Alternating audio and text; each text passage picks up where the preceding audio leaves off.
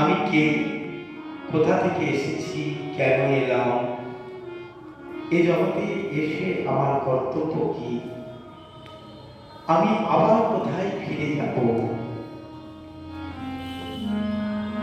এই ভাব, এই ভাবনা যদি না থাকে তাহলে কিছু হবে না।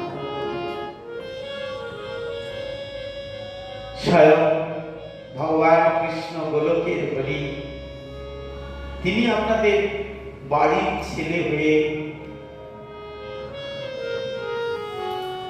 জগন্নাথ মিশ্রের ঘরে সুচিমাতার ক্রোড়ে আবির্ভূত হয়ে সকলকে চোখে আঙুল দিয়ে দেখিয়ে দিলেন এই জগতে আমাদের কর্তব্য কি, কেন আমরা এসেছি এখানে। তিনি বা সন্ন্যাস নিলেন কেন? যার এত রূপ, যিনি অখিল ব্রহ্মাণ্ডপতি, যিনি অনন্ত কোটি ব্রহ্মাণ্ডের মালিক, তিনি বা সন্ন্যাস গ্রহণ করলেন কেন? তিনি তো সুন্দর নৈদ্য লীলা অর্থাৎ নদিয়া লীলায় তিনি সুন্দর লীলা করছিলেন, তার তো সন্ন্যাস নেওয়ার কোনো প্রয়োজন ছিল না। প্রয়োজন একমাত্র হয়েছে শুধুমাত্র আমাদের মতো এই অধমদের জন্য। তিনি পতিত পাবন, তিনি অধম তারণ, তাই তিনি আমাদের মতো পতিতদেরকে উদ্ধার করার জন্য তিনি এই নবদা মুক্তিপীঠ শ্রী নবদ্বীপ অর্থাৎ অন্তর্দ্বীপ মায়াপুরে শচীগর্ভ সিন্ধু মাঝে তিনি অবতীর্ণ হয়েছেন। তিনি দিয়ে গেছেন খুব সুন্দর একটি রস,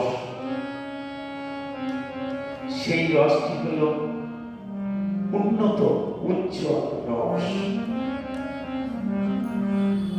তাই ছিল রূপ গোস্বামী পাদ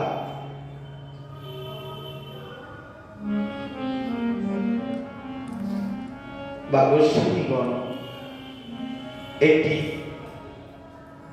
দুটি নাটক লিখেছিলেন। একটি নাটকের নাম হলো ললিত মাধব, আর একটি নাটকের নাম হলো বিদগ্ধ মাধব। সম্ভবত সনাতন গোস্বামী পাদ আমি ভুলে গিয়েছি, মনে নেই এই মুহূর্তে। ললিত মাধব এবং বিদগ্ধ মাধব।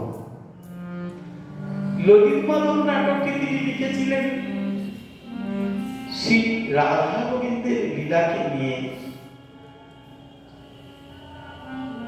এটি তিনি সেই লীলা দর্শন করতে করতে লিখলেন, আর সেই গ্রন্থটি লেখার পর কিছুদিনের মধ্যে দেবী সত্যভামা স্বপ্ন দিলেন। দেবী সত্যভামার স্বপ্ন দিলেন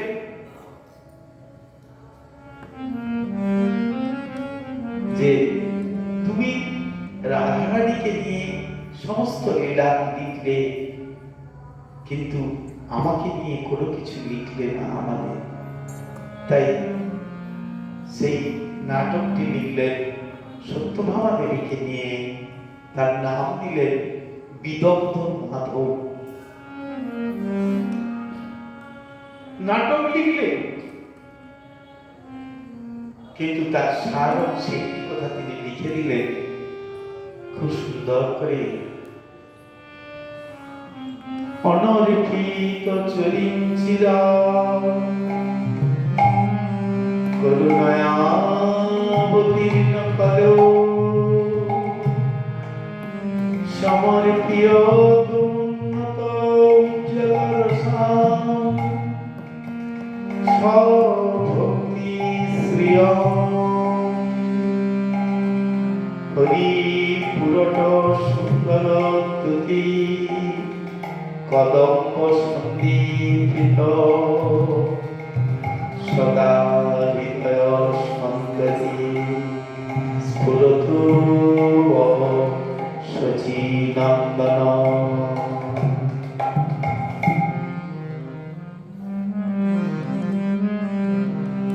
অনর্পিত চরিম চিরাত, দান আবার সম্প্রদান। যিনি কোনদিন যে জিনিসটি দান বা সম্প্রদান, যেমন কন্যার বিবাহ হলে সম্প্রদান হয়, কন্যা সম্প্রদান করতে হয়। সম্প্রদান করে দিলে কি আর সেটিকে ফিরে নেওয়া যায়? ফিরে নেওয়া যায় না। দান করলে তবুও নেওয়া যায়, কিন্তু সম্প্রদান করে দিলে আর সেটিকে নেওয়া যায় না। সম্প্রদাতা কোনদিন তার যে দেওয়া বস্তু সেটিকে ফিরে নিতে পারেন না। তাই যে বস্তুটি কোনদিন দান করেন নাই, কোন যুগে তিনি দান করেন নাই, তিনি যুগে যুগে অবতীর্ণ হয়েছেন। তিনি বলছেন, যদা যদা হি ধর্মস্য গ্লানির্ভবতি ভারত অভ্যুত্থানম অধর্মস্য তদাত্মানম সৃজাম্যহম পরিত্রাণায় সাধুনাং বিনাশায় চ দুষ্কৃতম ধর্ম সংস্থাপনার্থায় সম্ভবামি যুগে যুগে। আমি যুগে যুগে অবতীর্ণ হই সাধুদের পরিত্রাণ করার জন্য, অসাধুদের বিনাশ করার জন্য। ধর্মের গ্লানি যখনই হয়, অধর্মের উত্থান যখনই হয়ে যায়, আমি তখনই যুগে যুগে অবতীর্ণ হয়েছি। কখনো রাম, কখনো নৃসিংহ, কখনো বরাহ, কখনো মৎস্য, কখনো কুর্ম ইত্যাদি ইত্যাদি আমি অবতীর্ণ হয়েছি ঠিকই, কিন্তু প্রেম বিনা দারিদ্র জীবন। আমি তো কোনো জন্মে, কোনো যুগে, কোনো সময়ে আমি তো প্রেম দান করি নাই। আর প্রেম না থাকলে প্রেম বিনা দারিদ্র জীবন, মহাপ্রভু বললেন। আমি তো প্রেম দান করি নাই। তাই এই যে আবির্ভূত হব আমি বা হয়েছি, আমি দান করছি। কি দান করলেন? অনর্পিত চরিম চিরাত করুণয়াবতীর্ণ খলু। বলিতে তিনি করুণা, বিশেষ করুণা, সাধারণ করুণা নয়, এমনিতে তো আশীর্বাদ করছে, অভয় দিচ্ছে, কিন্তু সেইভাবে তিনি আবির্ভূত হন নাই।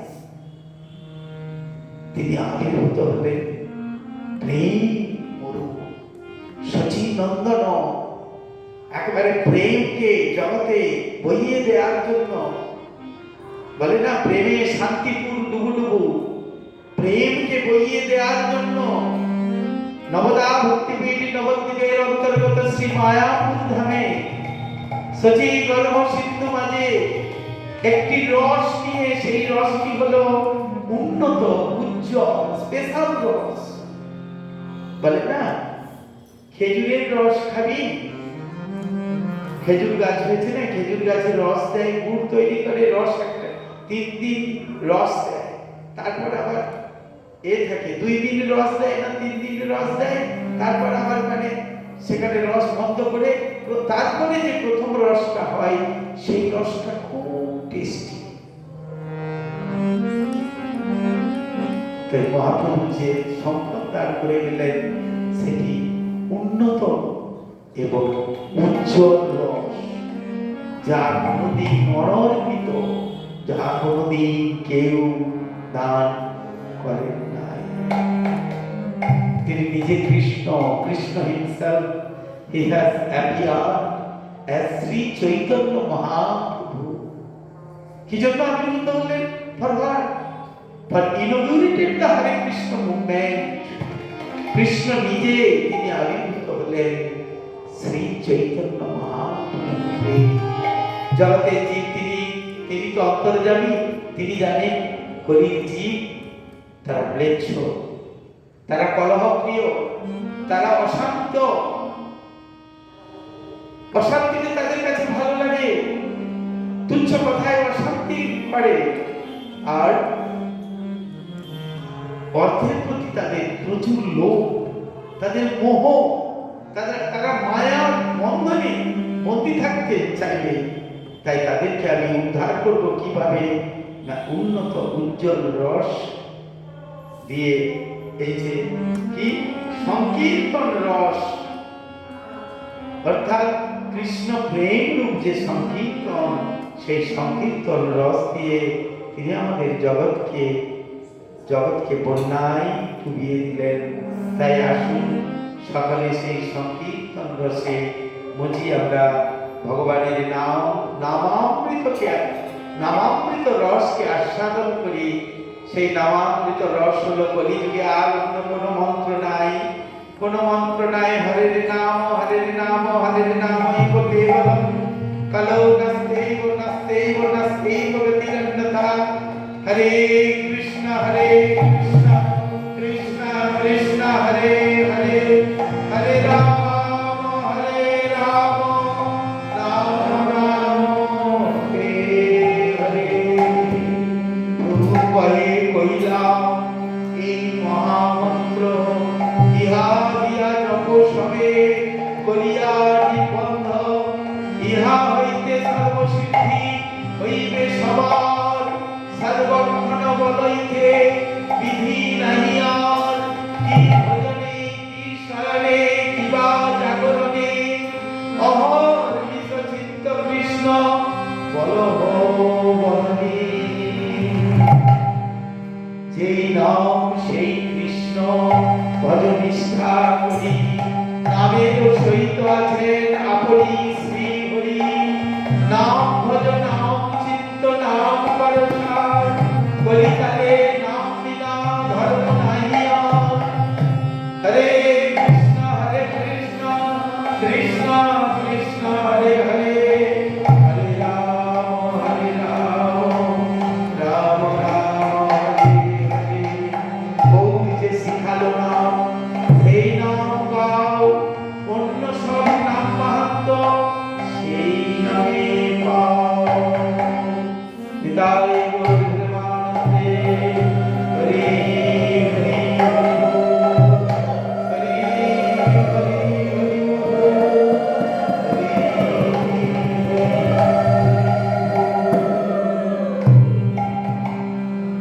আজকে আমার জীবনটা খুব শান্তি লাগছে। প্রভু আমার কি সুন্দর মন্দির করেছেন। কতদিন থেকে উনি ওনার সঙ্গে আমাদের খুব হৃদ্যতা, কিন্তু যখন উনি মন্দির শুরু করেছেন, আমার গুরুদেব ওনাকে বলেছিলেন যে তুমি রাধা গোবিন্দের মন্দির করো, মহাপ্রভুর মন্দির করো। তিনি আজ নিত্যলীলায় প্রবেশ করেছেন। গুরু মহারাজ বলেছিলেন তুমি মন্দির করো, তাই মন্দির করেছেন এবং খুব সুন্দর পরিবেশ সৃষ্টি করেছেন। খুব আনন্দ লাগছে, বা আমিও এখানে আসতে পেরে একটুখানি 5-10 মিনিট বসতে পেরে আমারও খুব আনন্দ লাগছে। কত আমার সৌভাগ্য, আজ নবদা ভক্তিপীঠ নবদ্বীপ ধামে আমি এই স্থানে এসে হরির নাম করতে পারলাম। এটা আমার জীবনের সব থেকে বড় ধর্ম। হরে কৃষ্ণ। তাই সকালের জয় হোক, এবং আমরা ভগবান শ্রী গৌর হরির কাছে প্রার্থনা করি যেন আমাদের এই প্রভু রতিরঞ্জন প্রভু বা তার সর্বশ্রী সপার্ষদ যারা সকলে এসেছেন বা আসেন নাই, সকলের যেন কৃষ্ণ ভক্তি লাভ হয়। কৃষ্ণ ভক্তি করতে হবে আমাদের, অর্থ আমাদের সঙ্গে যাবে না। আমরা তো সকলেই চলে যাব, কেউ তো থাকবো না এখানে, সকলকে চলে যেতে হবে আমাদের, তাই না? আমরা সকলেই চলে যাব, আজ নয় কাল চলে যাব। কেউ কম বয়সে যাচ্ছে, কেউ বেশি বয়সে যাচ্ছে, এটা কোনো ফ্যাক্টর না, কিন্তু we have to go। আমরা তো চলেই যাব সকালে, তার জন্য আমাদের কৃষ্ণ ভজন করতে হবে। কোনো বাধা নিয়ে চলবে না কৃষ্ণ ভজনে। কৃষ্ণ ভজনটি আমাকে করতে হবে অবশ্যই, তারপর অন্যান্য কাজ কর্ম যা আছে সেগুলি করতে হবে। হরে কৃষ্ণ। পতিতানাং পাবনেভ্যো বৈষ্ণবেভ্যো। গ্রামবাসীদের চরণে আমার প্রণাম। সকলকে আমার আহ্বান, সকালে আমাদের ছোট্ট মঠ আপনারা আসবেন, এখানেও আসবেন, দর্শন করবেন, আরতি করবেন, কীর্তন করবেন, আনন্দ পাবেন। আবার আমাদের যে গৌর গদাধর মঠ, ওখানে আসবেন এবং আমাদের মঠ থেকে প্রত্যেক বছর ছোট্ট পরিক্রমা, নবদ্বীপ পরিক্রমা বের হয়, আপনারা আসবেন। আমাদের সব ব্যবস্থা আছে, ভয় পাবেন না। টাকার জন্য, টাকা ঠিক একজন না একজন দিয়ে দেবেন, হ্যাঁ, টাকা দিতে হবে বা কিছু দিতে হবে, এই নিয়ে ভয় পাবেন না। আসবেন, আপনারা ধামবাসী, আপনাদের সেবা করতে পারলে আমাদের জীবন ধন্য হবে। হরে কৃষ্ণ। আজ আসি, আবার কোনোদিন আসবো। আমার ইচ্ছে রইল এখানে ভাগবত পাঠ করবো একদিন। হ্যাঁ, হরে কৃষ্ণ।